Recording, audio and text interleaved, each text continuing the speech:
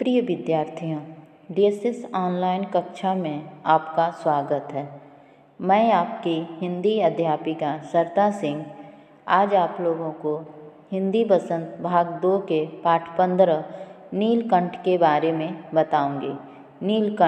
नीलकंठ की लेखिका महादेवी वर्मा जी हैं। तो सबसे पहले हम लेखिका के जीवन के बारे में जानेंगे, अर्थात जीवन परिचय। महादेवी वर्मा जी का जीवन परिचय। महादेवी वर्मा का जन्म 26 मार्च 1907 को होली के दिन फर्रुखाबाद उत्तर प्रदेश में हुआ था। महादेवी वर्मा जी का जन्म 26 मार्च 1907 को होली के दिन फर्रुखाबाद उत्तर प्रदेश में हुआ था। महादेवी वर्मा जी के पिता का नाम गोविंद प्रसाद वर्मा व माता का नाम हेमरानी वर्मा था। इनके माता पिता दोनों ही शिक्षा प्रेमी थे। महादेवी वर्मा जी के माता पिता दोनों ही क्या थे? शिक्षा के प्रेमी थे। आपकी प्रारंभिक शिक्षा मिशन स्कूल इंदौर में हुई। महादेवी वर्मा जी की प्रारंभिक शिक्षा मिशन स्कूल इंदौर में हुई। महादेवी वर्मा 1929 में बौद्ध दीक्षा लेकर भिक्षुणी बनना चाहती थी, लेकिन महात्मा गांधी के संपर्क में आने के बाद आप समाज सेवा में लग गए। महादेवी वर्मा 1929 में बौद्ध दीक्षा लेकर भिक्षुणी बनना चाहती थी, लेकिन महात्मा गांधी के संपर्क में आने के बाद ये समाज सेवा में लग गए। 1932 में इलाहाबाद विश्वविद्यालय से संस्कृत में एमए करने के पश्चात आपने नारी शिक्षा प्रसार के मंतव्य में प्रयाग महिला विद्यापीठ की स्थापना की व उसकी प्रधानाचार्य के रूप में कार्यरत रहे। महादेवी वर्मा 1932 में इलाहाबाद विश्वविद्यालय से संस्कृत में एमए करने के पश्चात इन्होंने नारी शिक्षा के प्रसार के मंतव्य से प्रयाग महिला विद्यापीठ की स्थापना की व उसकी प्रधानाचार्य के रूप में कार्यरत रहे। मासिक पत्रिका चांद का अवैतनिक संपादन किया। 11 सितंबर 1987 को इलाहाबाद उत्तर प्रदेश में आपका निधन हो गया। महादेवी वर्मा जी का मृत्यु 11 सितंबर 1987 को इलाहाबाद उत्तर प्रदेश में हुआ था। अब हम उनकी प्रमुख रचनाओं और उन्हें किन पुरस्कारों से सम्मानित किया गया था उसके बारे में जानेंगे। महादेवी वर्मा जी का गद्य साहित्य, रेखा चित्र, अतीत के चलचित्र और स्मृति की रेखाएं, संस्मरण, पथ के साथी और मेरा परिवार, चुने हुए भाषणों का संकलन, संभाषण, निबंध, श्रृंखला की कड़ियाँ, विवेचनात्मक गद्य, साहित्यकार की आस्था तथा अन्य निबंध, संकल्पिता, ललित निबंध, छड़दा, कहानियाँ, गिल्लू, संस्मरण, रेखाचित्र और निबंधों का संग्रह, हिमालय। अब उन्हें किन पुरस्कारों से सम्मानित किया गया था तो उसके बारे में 1943 में उन्हें मंगला प्रसाद पारितोषिक एवं भारत भारती पुरस्कार से सम्मानित किया गया। महादेवी वर्मा को 1943 में मंगला प्रसाद पारितोषिक एवं भारत भारती पुरस्कार से सम्मानित किया गया। स्वाधीनता प्राप्ति के बाद 1952 में वे उत्तर प्रदेश विधान परिषद की सदस्या मनोनीत की गईं। स्वाधीनता प्राप्ति के बाद 1952 में वे उत्तर प्रदेश विधान परिषद की सदस्या मनोनीत की गईं। 1956 में भारत सरकार ने उन्हें साहित्यिक सेवा के लिए पद्म भूषण उपाधि दी। 1956 में भारत सरकार ने उनकी साहित्यिक सेवा के लिए पद्म भूषण की उपाधि दी। तो ये था नीलकंठ की लेखिका महादेवी वर्मा जी के जीवन के बारे में। अब हम नीलकंठ पाठ का सारांश को जानेंगे, अर्थात पाठ का सार। यह पाठ एक रेखा चित्र है जिसमें लेखिका ने अपने सभी पालतू पशुओं में से एक मोर, जिसे उन्होंने नीलकंठ नाम दिया है, उसी का वर्णन किया है। उसके स्वभाव, व्यवहार और चेष्टाओं को विस्तार से बताया है। जो हमारा शीर्षक नीलकंठ है वो क्या है, एक रेखा चित्र है, जिसमें लेखिका ने अपने सभी पालतू पशुओं में से एक मोर, जिसे उन्होंने नीलकंठ नाम दिया है, उसी का इसमें वर्णन किया है। उसके स्वभाव, व्यवहार और चेष्टाओं को विस्तार से बताया है। एक बार लेखिका अतिथि को स्टेशन पहुंचाकर लौट रही थी तो बड़े मियाँ चिड़िया वाले के यहाँ से मोर मोरनी के 2 बच्चे ले आए। एक बार लेखिका के घर कोई अतिथि आया था, उसी को वह स्टेशन पहुंचाने गई और जब वह स्टेशन पहुंचा कर लौट रही थी तो बड़े मियाँ जो चिड़ियों का धंधा करते थे, जिनका चिड़ियों का बिजनेस था, वे उनके दुकान पे गई और वहाँ से 2 बच्चे लेकर आई, मोर और मोरनी के। जब वे दोनों पक्षी लेकर घर पहुँची तो सबने कहा वे मोर की जगह तीतर ले आई हैं। जब उनके घर वाले उन दोनों पक्षियों को देखे तो वो कहे कि यह मोर नहीं है, उनके जगह आप तीतर लेकर आई हैं। दुकानदार ने उन्हें ठग लिया है। यह सुनकर लेखिका चिढ़ गई और दोनों पक्षियों को अपने पढ़ने लिखने के कमरे में ले गईं।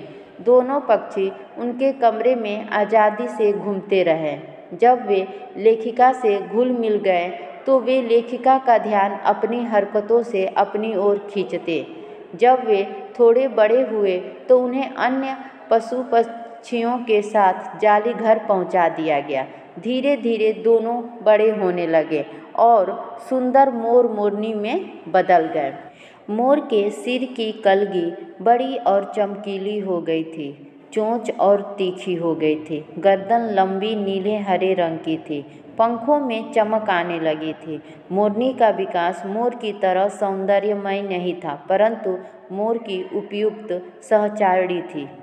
मोर जब बड़ा हुआ तो जो उसके सिर की कलगी, कलगी का अर्थ होता है बेटा पक्षियों के सिर पर निकला हुआ बालों का गुच्छा, जिसे मोर के उसे क्या कहते हैं हम लोग, कलगी।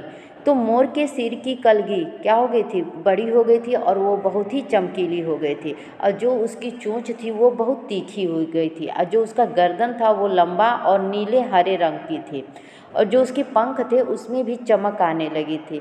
लेकिन मोरनी का विकास मोर की तरह नहीं हुआ था, उसकी तरह उसकी सुंदरता नहीं हुई थी, लेकिन वह हमेशा मोर के साथ ही रहती थी। सहचारिणी का अर्थ होता है साथ में रहने वाली, तो वो हमेशा मोर के साथ ही रहती थी। मोर की नीली गर्दन के कारण उसका नाम नीलकंठ रखा गया था। मोरनी मोर की छाया थी, इसलिए उसका नाम राधा रखा गया। लेखिका ने मोर की नीली गर्दन को देखा तो उसका नाम नीलकंठ रखा और मोरनी मोर की छाया थी यानी उसी के साथ रहती थी, तो इसलिए उसका नाम राधा रखा गया। नीलकंठ लेखिका के चिड़ियाघर का स्वामी बन गया था। जब कोई पक्षी मोर की बात नहीं मानता था तब मोर उसे अपनी चोंच के प्रहार से दंड देता था। नीलकंठ जो था वो चिड़ियाघर का स्वामी था। जब भी कोई पक्षी मोर की बातों को नहीं मानता था तो वो उसे क्या करता था, अपनी चोंच के प्रहार से उसे दंड देता था। एक बार एक सांप ने खरगोश के बच्चे को मुंह में दबा लिया था।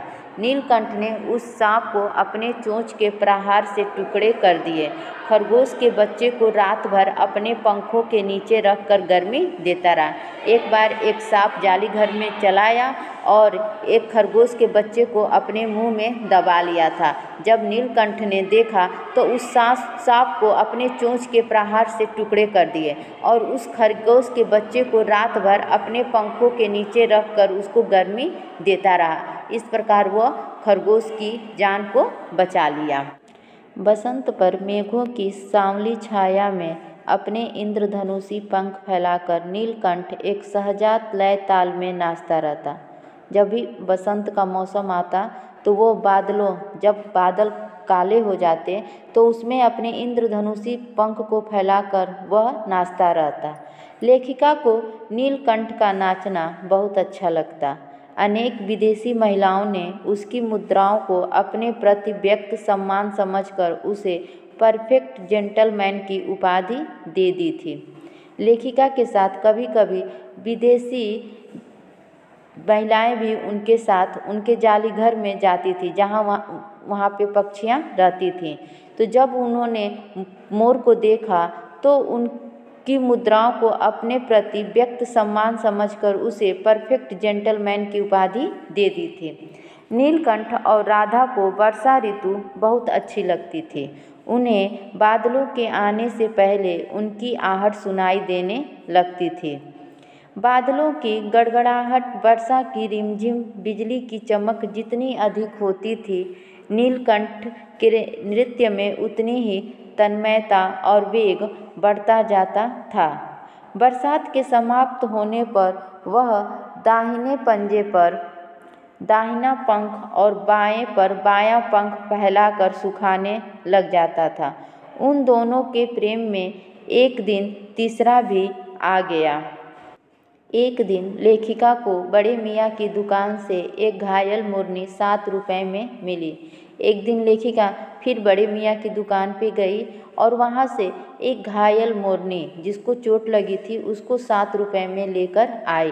पंजों की मरहम पट्टी करने पर 1 महीने में वह ठीक हो गई और डगमगाती हुई चलने लगी तो उसे जाली घर में पहुँचा दिया गया। उसके दोनों पैर खराब हो गए थे जिसके कारण वह डगमगाती हुई चलती थी। उसका नाम कुब्जा रखा गया था। नीलकंठ और राधा को वह जब भी साथ देखती उन्हें मारने दौड़ती। उसने चोंच से मार मारकर राधा की कलगी और पंख नोच डाले थे। नीलकंठ उससे दूर भागता पर वह उसके साथ रहना चाहती। कुब्जा की किसी भी पक्षी से मित्रता नहीं थी। कुछ समय बाद राधा ने 2 अंडे दिए। वह उन अंडों को अपने पंखों में छिपाए बैठी रहती थी। जैसे ही कुब्जा को राधा के अंडों के विषय में पता चला, उसने अपनी चोंच के प्रहार से उसके अंडों को तोड़ दिया। नीलकंठ इससे बहुत दुखी हो गया। लेखिका को आशा थी कि वह कुछ दिनों में सब में मेल हो जाएगा, परंतु ऐसा नहीं हुआ। 3-4 माह के बाद अचानक एक दिन सुबह लेखिका ने नीलकंठ को मरा हुआ पाया। न उसे कोई बीमारी हुई थी और न ही उसके शरीर पर चोट का कोई निशान था। जब कुब्जा ने राधा के अंडे को फोड़ दिया तो नीलकंठ उदास रहने लगा। इस तरह वह 3-4 माह के बाद अचानक एक दिन सुबह जब लेखिका ने नीलकंठ को देखा तो वो मरा हुआ था। न उसे कोई बीमारी थी और न ही उसके शरीर पर कोई चोट का निशान था। लेखिका ने उसे अपनी शाल में लपेटकर संगम में प्रवाहित कर दिया। नीलकंठ के न रहने पर राधा कई दिन तक कोने में बैठी रह गई। नीलकंठ का इंतजार करती रही कि नीलकंठ आएगा, परंतु कुब्जा ने नीलकंठ के दिखाई न देने पर उसकी खोज आरंभ कर दी। एक दिन वह लेखिका की अल्सेशियन कुतिया कजली के सामने पड़ गई। कुब्जा ने उसे देखते ही चोंच से प्रहार कर दिया। कजली ने अपने स्वभाव के अनुरूप कुब्जा की गर्दन पर दो दांत लगा दिए। कुब्जा का इलाज करवाया गया, परंतु वह नहीं बची। राधा नीलकंठ की प्रतीक्षा कर रही है। बादलों को देखते ही वह अपनी केका ध्वनि से नीलकंठ को बुलाती है। अंत में लेखिका कहती हैं कि इन 3 पक्षियों ने उन्हें पक्षियों में पाई जाने वाली स्वभाव की विभिन्नता का बड़ा अनूठा ज्ञान दिया है, जो कि उनके लिए विशेष महत्व रखता है। तो ये था नीलकंठ के सारांश। उम्मीद है कि आप लोगों को सब समझ में आया होगा। धन्यवाद।